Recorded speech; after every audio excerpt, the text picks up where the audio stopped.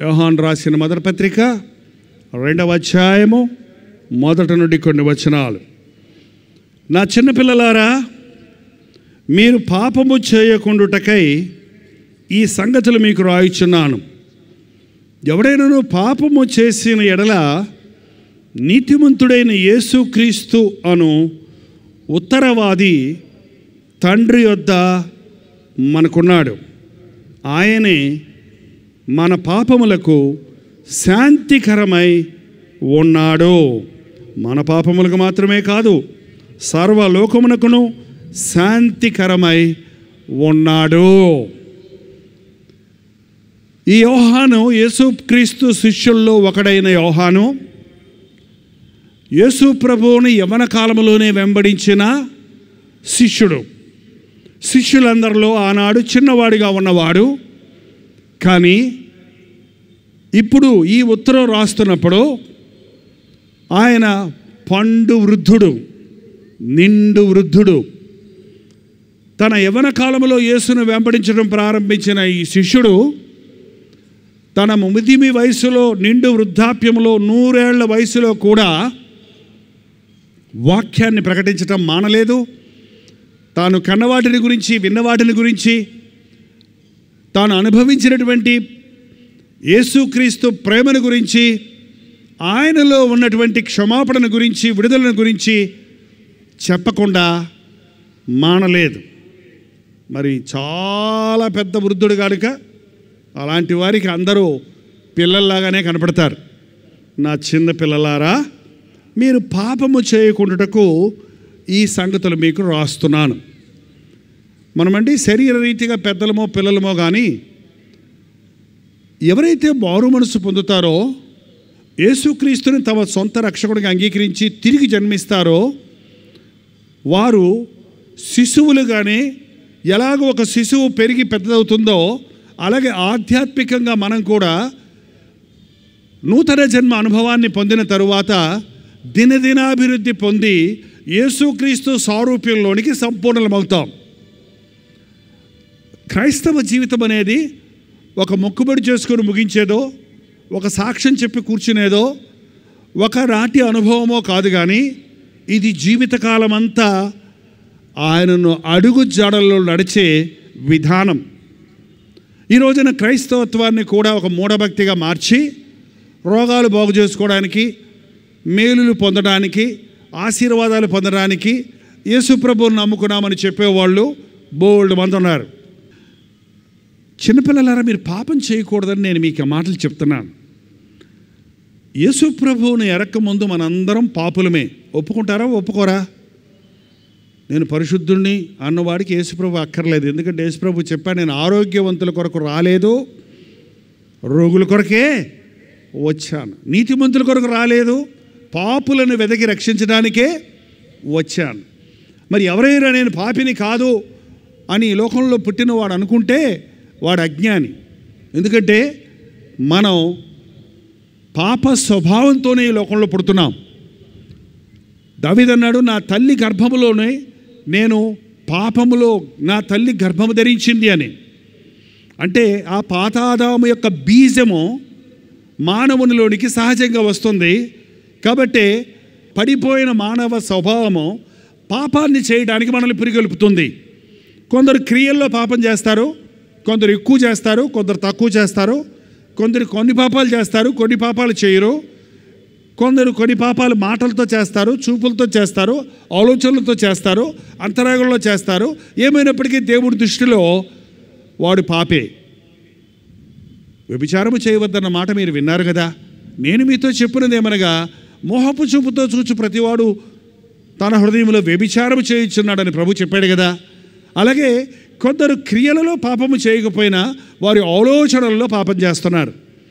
మీ పాపములు యేసుక్రీస్తు దగ్గర ఒప్పుకొని విడిచిపెట్టిన రోజు ఒకటి ఉందా?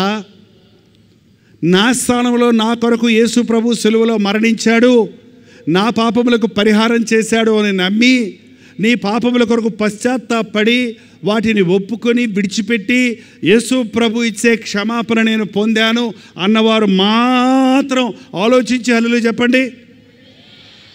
అందరూనా? ఓకే, చాలా సంతోషం. ఒకరోజు మన జీవితంలో జరిగింది అది. యేసు ప్రభువును మనం నమ్ముకున్నాం, చాలామంది మనం బాప్తిసం కూడా తీసుకున్నాం. కానీ మళ్ళీ పాపం చేయకుండా ఉన్నారా చెప్పండి? మరి అందరిలో చెప్తాను, సిగ్గుపడతారు, భయపడతారు, కానీ సిగ్గుపడాల్సిన విషయం ఏం కాదు ఇది. పాపములు దాచిపెట్టేవాడు వర్ధలుడు, ఒప్పుకొని విడిచిపెట్టేవాడు కనికరం పొందని దేవుడు ప్రభు చెప్పాడు.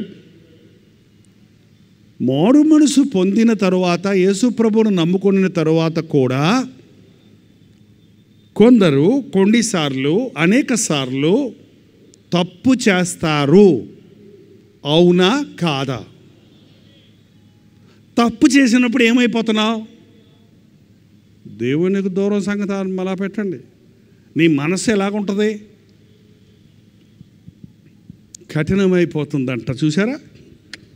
అందుకే దేవుడు ఈ మాటలు వాళ్ళు చెప్పమన్నాడు. చాలామంది విశ్వాసులు పాపం చేసినప్పుడు, పొరపాటున పాపంలో పడ్డప్పుడు వారి హృదయాన్ని కఠినం చేసుకొని ఇంక పాపంలోనే బ్రతుకుతున్నారు.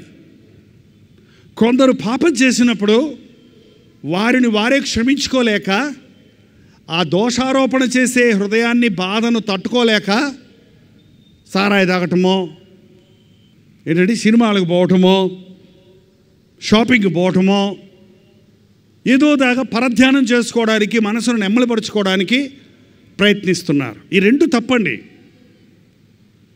మీరు యేసు ప్రభువును నమ్ముకున్న తరువాత, మీ హృదయాన్ని ప్రభువుకు అప్పగించిన తర్వాత, మీ పాపములన్నీ ఒప్పుకొని విడిచిపెట్టిన తర్వాత మీరు పాపం చేయకూడదు. ఒకవేళ పాపం చేస్తే కఠినపరుచుకోకండి, కృంగిపోకండి.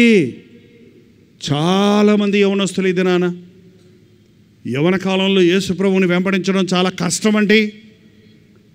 నేను జారిపోతున్నానండి, పడిపోయానండి, వేస్ట్ అండి దేవుడు నమ్ముకోవడం. నేను నాలాంటోడు బాగుపడ్డండి, నేను దేవుని కొరకు బతకలేనండి పరిశుద్ధంగా అని చెప్పి హృదయంలో ఒక విధంగా కృంగిపోవటం నేను చూస్తున్నానండి.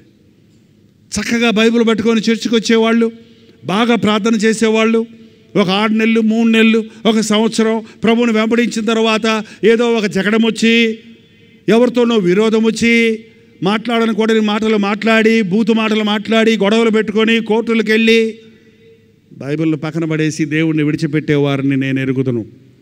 మీరు ఒకవేళ పాపము చేసిన ఎడల ఏమన్నాడండి యోహాను భక్తుడు? నీతిమంతుడైన యేసుక్రీస్తు అనే ఉత్తరవాది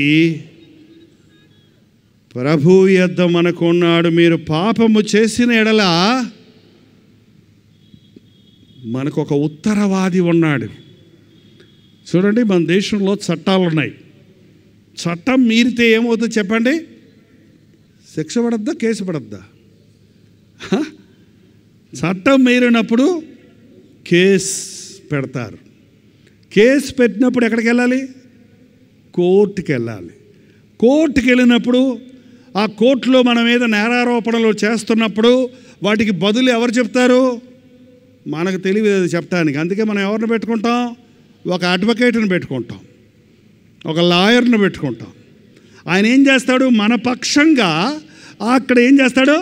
మా క్లయింట్ నిర్దోషి, పాపం అతనికి తెలీదు, ఈ దేశం చట్టాలు తెలీదు, అతనికి మానసిక పరిస్థితి సరిగా లేదు, అతనికి కొంచెం ఇబ్బందుల్లో ఉన్నాడు కాబట్టి అలా ప్రవర్తించాడు, అతను ఇలా హత్య చేసి ఉండేవాడు కాదు, అతని మానసిక పరిస్థితి సరిలేని మనల్ని చేశాడు, లేక ఉద్రేకంలో చేశాడు, లేక తాను కాపాడుకోవడానికి చేశాడు అని ఏవేవో పెట్టి ఆ కేసులో ఎంత సాధ్యమైతే అంత ఆ వ్యక్తికి శిక్ష పడకుండా ఏం చేస్తాడు? అతని పక్షంలో ఇతను వాదిస్తాడు.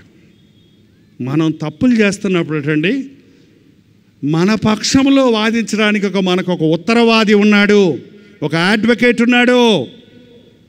ఆయన ఫీజు తీసుకోడు. ఎవరండి ఆయన? ఎవరండి ఆయన? అందరూ చెప్పాలి నాకు. ఎవరాయన?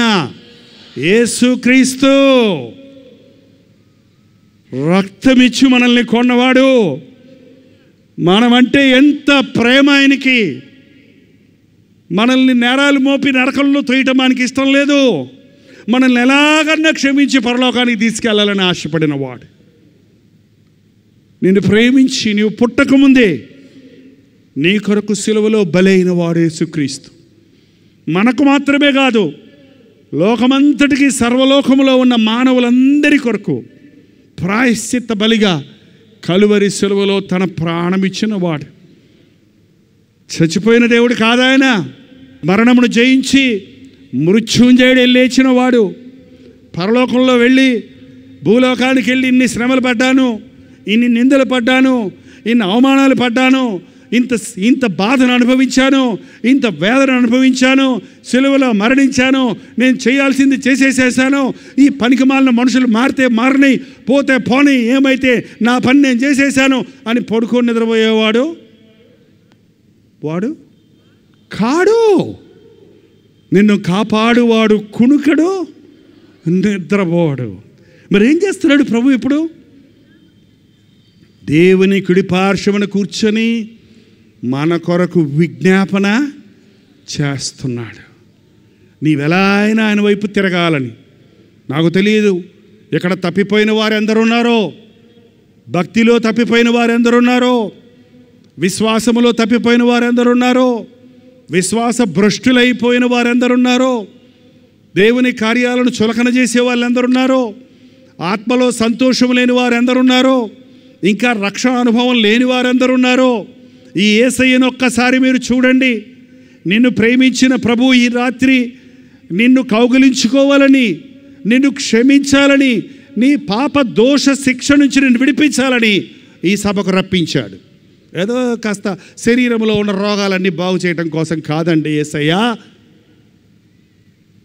ఆయన నామంలో స్వస్థత ఉంది, ఆయన పొందిన దెబ్బల ద్వారా స్వస్థత మనకు కలుగుతుంది.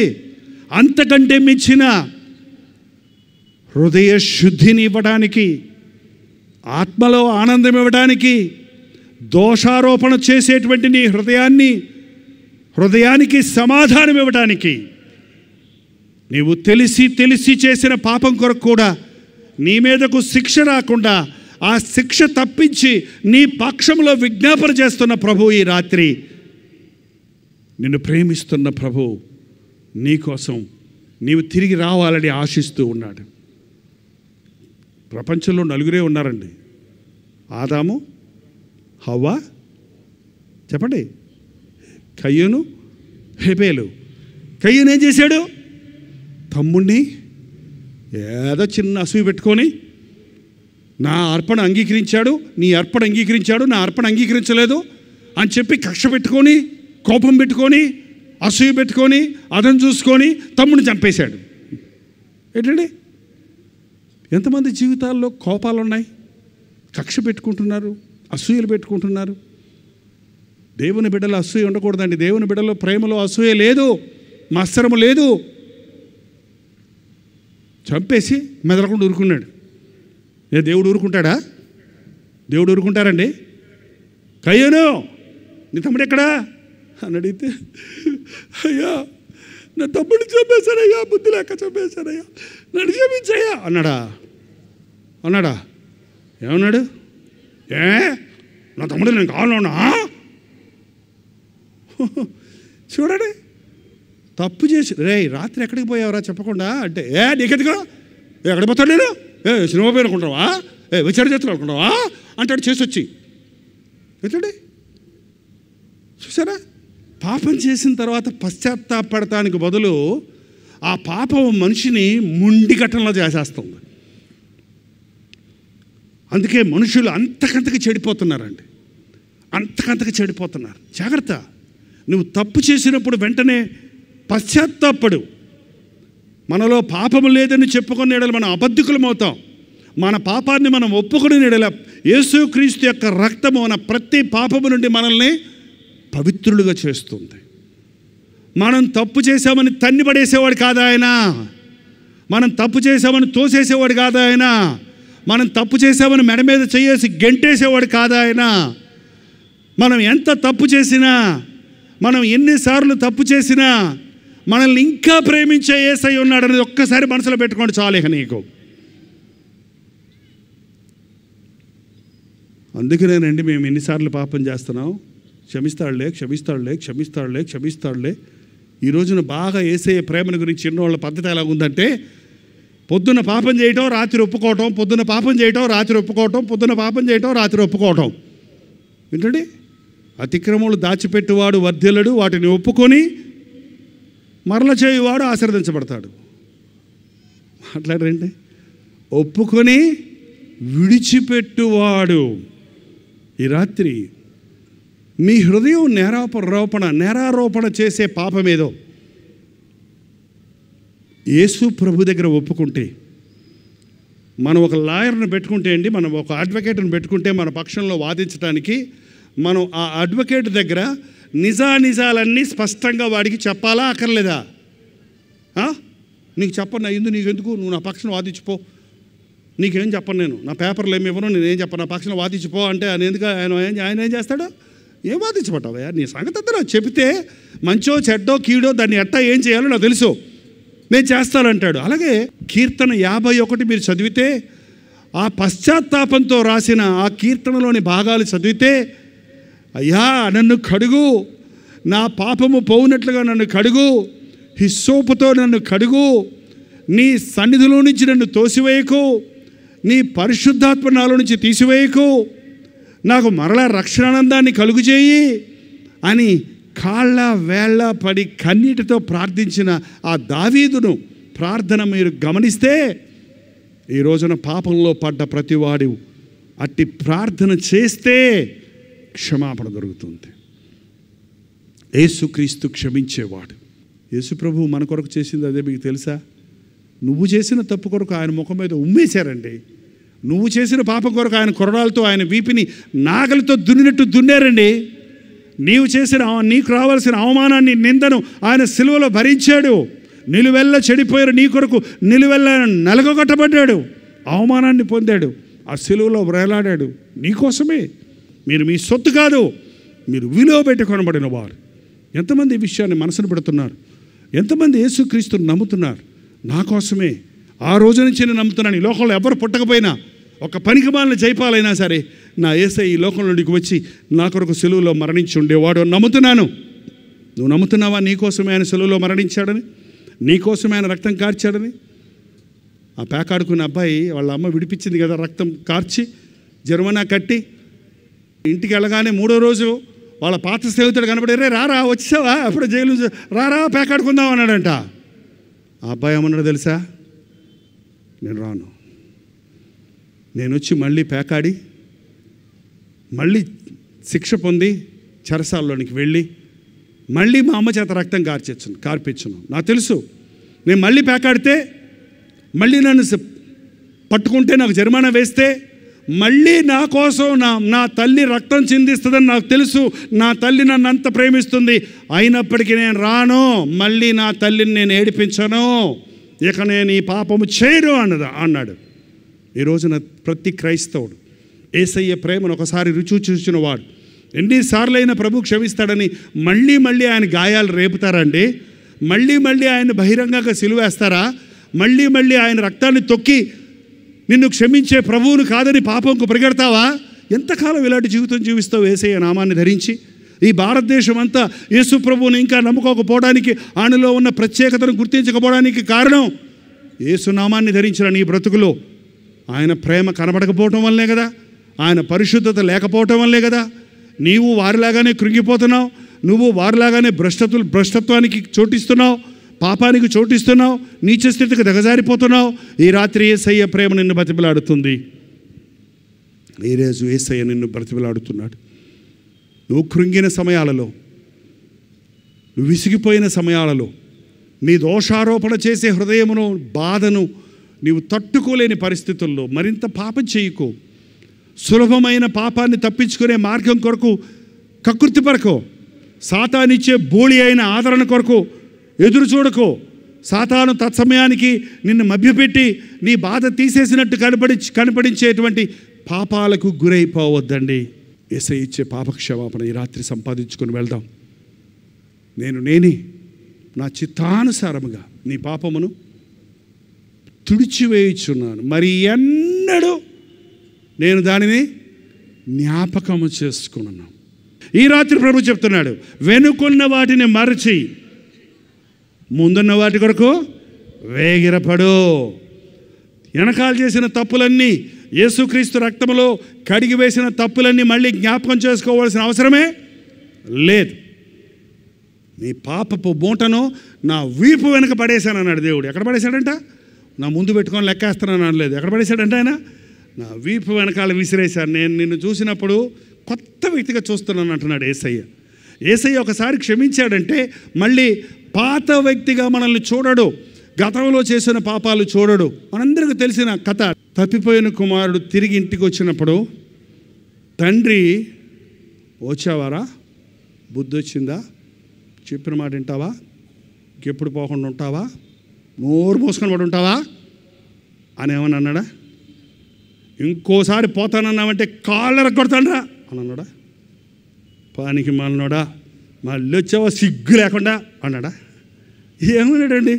వాడు ఇంకా దూరంగా ఉండగానే పరిగెత్తుకుంటూ వెళ్ళి వాడి మెడ మీద పడి ముద్దు పెట్టుకొని, అయ్యా అయ్యా అయ్యా, నేను తగినోడిని కాదు, నీ కుమారుని అనిపించుకోవడానికి నేను తగినోడిని కాదు, నీకు వ్యతిరేకంగా, పరలోకానికి వ్యతిరేకంగా నేను పాపం చేశాను, నీ కూలోళ్ళలో ఒకళ్ళగా పెట్టుకో అంటే అసలు ఆ మాట వింటమే లేదా తండ్రి? రారా రారా నాయన రారా, ఈయన ఆ కుమారుడు చచ్చిపోయి బ్రతికాడు, తప్పిపోయి దొరికాడు, కాళ్ళకు చెప్పులు దొరకండి, చేతికి ఉంగరం పెట్టండి, శాలువా కప్పండి, కొవ్విన దూడను కొయ్యండి, మనం పండగ చేసుకుందాం అన్నాడు. ఏమండి? ఒక పాపి పశ్చాత్తాపడితే ప్రభువు క్షమించడానికి సిద్ధంగా ఉన్నాడు. మళ్ళీ ఏ ముఖం పెట్టుకుని వెళ్ళమంటారండి అన్నాడు ఒక ఆయన. ఏ ముఖం? ఉన్న ముఖం పెట్టుకుని వెళ్ళు. ఏంటండి? ముఖం చెల్లటం లేదండి. మళ్ళీ ఆ చర్చిలోకి నేను ఏ ముఖం పెట్టుకుని వెళ్ళమంటారు?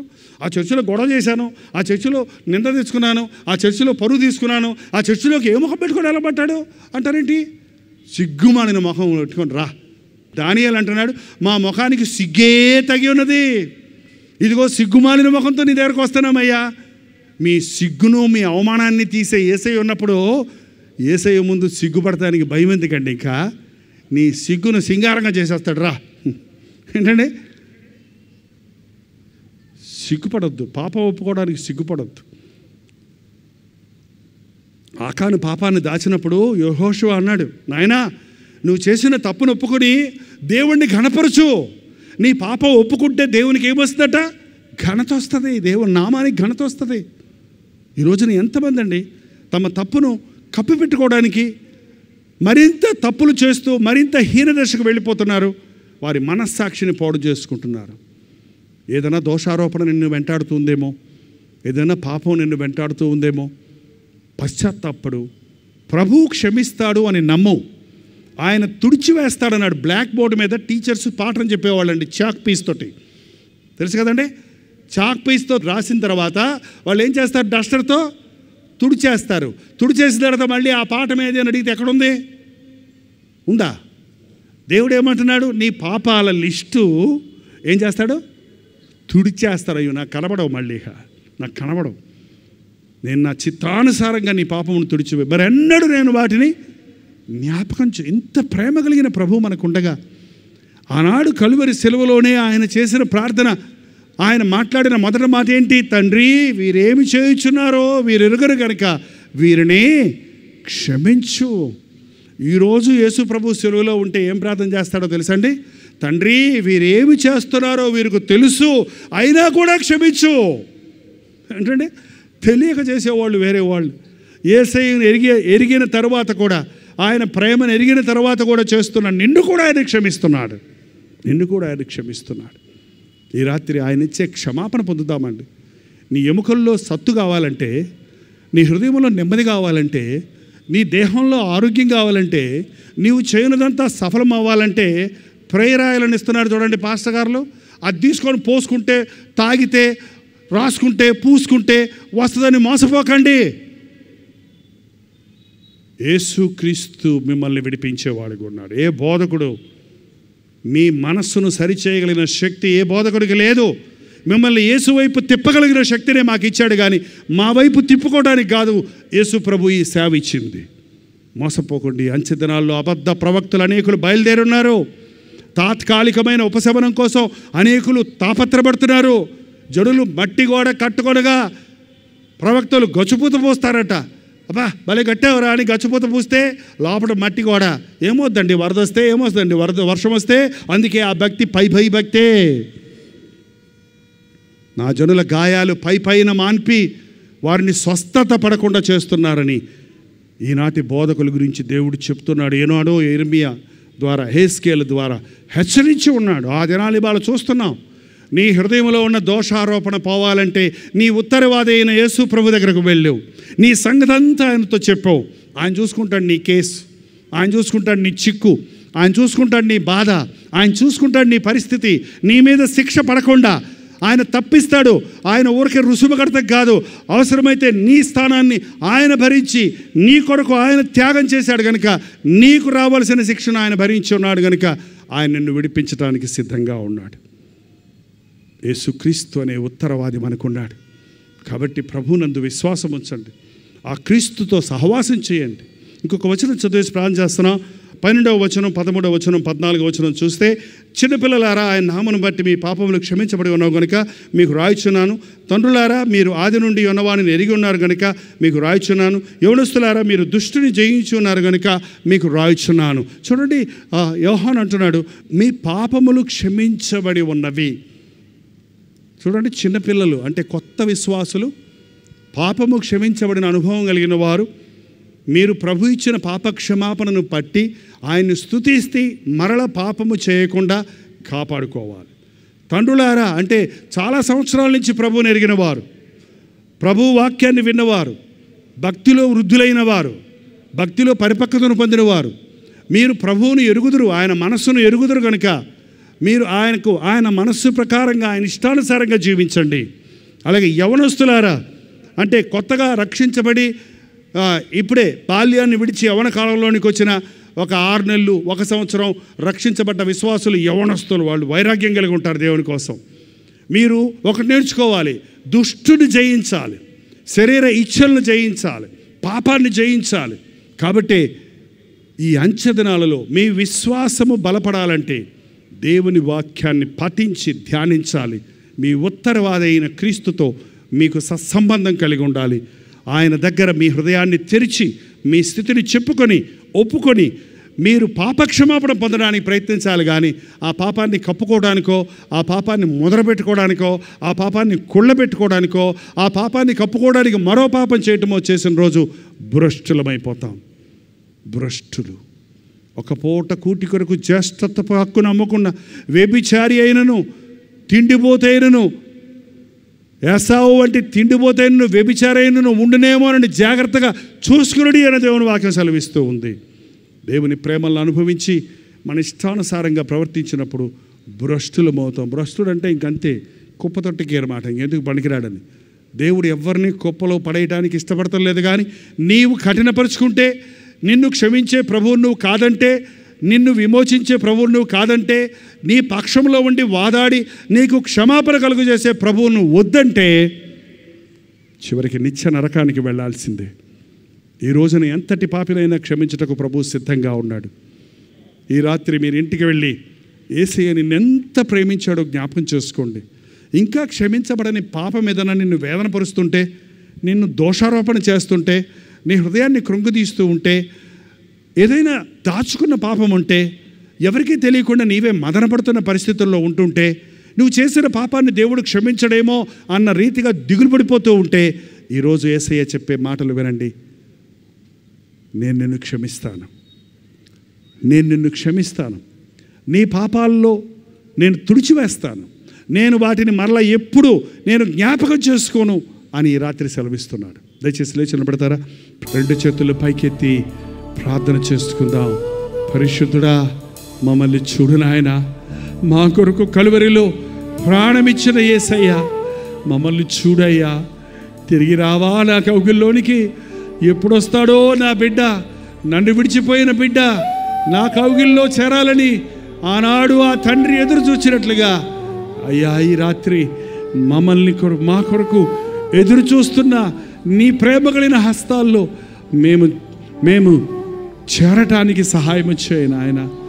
ఏ గుండె బాధతో ఉందో, ఏ గుండెల్లో వేదన ఉందో, ఎవరు దోషారోపణతో కృంగిపోయి ఉన్నారో ఎవరు వారి హృదయాలను కఠినం చేసుకుని రాయిలాగా మొండికి తిరిగిన వారి స్థితిలోగా ఉన్నారో అలాంటి వారిని బండలను పగలగొట్టు సుత్త వంటి నీ మాటలతో ఈ రాత్రి పగలగొట్టినందుకు వందనములు నాయన. రెండంచుల గల వంటి వాడి అయిన నీ ఖడ్గము హృదయాంతరేంద్రియాలలో దూరి నేను బాగానే ఉన్నానులే, నేను పాపము చేయలేదులే అనుకున్న మమ్మల్ని, మా తలంపులను ఆలోచనలను నీ వాక్యము పరిశీలిస్తున్నందుకే వందనములు నాయన. ఈ రాత్రి ఎవ్వరూ వారి హృదయాన్ని కఠినపరచుకొనుక ప్రతి ఒక్కరూ నీ పాదాలు చేరి నీవిచ్చే పాప క్షమాపణ పొంది నీ పాపములు క్షమించబడి ఉన్నవి సమాధానముగా పొమ్మని నీవే లోకములో ఉన్నప్పుడు చెప్పిన రీతిగా ఈ రాత్రి మా ఒక్కొక్కరితో చెప్పము నాయన. దోషారోపణ నుండి విడిపించబడిన వారిగా, నిర్దోషులుగా, నిష్కలంకులుగా, నీ బిడ్డలుగా మేము తిరిగి మా స్థలాలకు వెళ్ళటకు సహాయము చేయమని, నీ చిత్తమైతే, నీ రాకడ ఆలస్యమైతే రేపటి దినాన్ని కూడి వచ్చినప్పుడు మరింతగా మాతో మాట్లాడుమని యేసు క్రీస్తు నామములో అడుగుచున్నాము తండ్రి. మన తండ్రి అయిన దేవుని యొక్క ప్రేమయు, కుమారుడైన క్రీస్తు యొక్క కృపయు, ఆదరణకర్త అయిన పరిశుద్ధాత్మ యొక్క సహవాసము కూడి వచ్చిన మనందరికీ ఇప్పుడును సదాకాలమును తోడై ఉండునుగాక. ఆమేన్, ఆమేన్, ఆమేన్. విజయవాడ పరిసర ప్రాంతాల్లో ఉన్న వారికి శుభవార్త. ప్రభుత్వమైతే ఈ నవంబర్ 27వ తారీఖు విజయవాడలో ద వెన్యూ కన్వెన్షన్లో 1 డే గెట్ టుగెదర్ మీ కొరకు ఏర్పాటు చేస్తున్నాం. విజయవాడ వాళ్ళకి కొరకే కాదండి, విజయవాడ చుట్టుపక్కల ఉన్న మీరందరూ ఒకప్పుడు గెట్ టుగెదర్లు పెట్టినప్పుడు వచ్చేవారు కదా. అటుపక్క మచిలీపట్నం, న్యూజివీడు, ఇటు అటు గోనదల, తెనాలి, మీరందరూ అన్ని ఊర్లు చెప్పాలంటే కుదరదు కదా. రండి, వాక్యము ద్వారా మేలు పొందుతున్న మిమ్మల్ని అందరినీ ముఖాముఖిగా చూడాలని, మీకోసం వ్యక్తిగతంగా ప్రార్థించాలని విజయవాడలో ద వెన్యూ కన్వెన్షన్ సెంటర్లో నవంబర్ 27వ తారీఖు 1 డే గెట్ టుగెదర్ ఏర్పాటు చేయబడుతుంది. మధ్యాహ్నం 2 గంటల నుంచి 5 గంటల వరకు, 6 గంటల నుంచి 10 గంటల వరకు 2 సెషన్స్ ఉన్నాయి. రండి, పాల్గొనండి, ముఖాముఖిగా చూసి మీకోసం ప్రార్థన చేయడానికి నాకు అవకాశం కలిగి చేయండి. తప్పకొస్తారు కదా.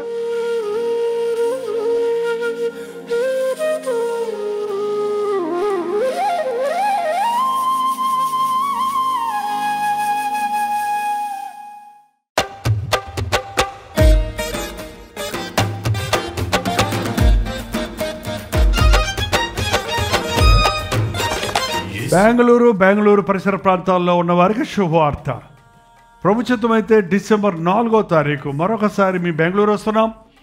మధ్యాహ్నం 2 గంటల నుంచి 5 గంటల వరకు, 6 గంటల నుంచి 10 గంటల వరకు 2 సెషన్స్గా 1 డే గెట్ టుగెదర్ను బెంగళూరులో ఏర్పాటు చేస్తున్నాం.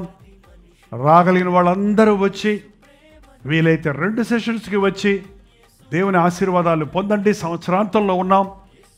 మీరు బెంగళూరు చుట్టుపక్కల అనేక ప్రాంతాల నుంచి కూడా వస్తున్నారు. మధ్యాహ్నం సెషన్లో మీరు హాజరై అవసరమైతే మీరు ఈవినింగ్ వెళ్ళిపోవచ్చు. గుర్తుపెట్టుకోండి, డిసెంబర్ 4వ తారీఖు మధ్యాహ్నం 2 గంటల నుంచి 5 గంటల వరకు, అలాగే 6 గంటల నుంచి 10 గంటల వరకు 2 సెషన్స్ హడ్సన్ కమ్యూనిటీ సెంటర్లో బెంగళూరులో ఈ 1 డే గెట్ టుగెదర్ ఏర్పరచబడుతుంది. మరిన్ని వివరాలు కావాల్సిన వాళ్ళు 8939393939 అనే నెంబర్కి మీరు కాల్ చేయండి, లేదా QR కోడ్ ఇవ్వబడింది, మీరు స్కాన్ చేసుకోండి. మరి వాట్సాప్ మెసేజ్ పెట్టండి, మీకు అడ్రస్ వివరాలు పంపించబడతాయి. ముఖాముఖి మిమ్మల్ని చూడాలని, వ్యక్తిగతంగా మేము మీకోసం ప్రార్థన చేయాలని మేము బెంగళూరు వస్తున్నాం. కల్వరి దర్శనం టీవీ కార్యక్రమాల ద్వారా, సోషల్ మీడియా ద్వారా దేవుని వాక్యం వింటున్న మిమ్మల్ని అందరినీ దేవుడిని నిండారా దీవించి ఆశీర్వదించాలని మీ కొరకు ప్రార్థిస్తున్నాం. కాబట్టి ఈ యొక్క మీటింగ్ ద్వారా మిమ్మల్ని మరింతగా బలపరచాలని, ముఖాముఖిగా చూసి మీ లోపాలు తిప్పుతాలని ఈ గెట్ టుగెదర్ ఏర్పాటు చేయబడుతుంది. రండి, దీవించబడండి. వందనాలు.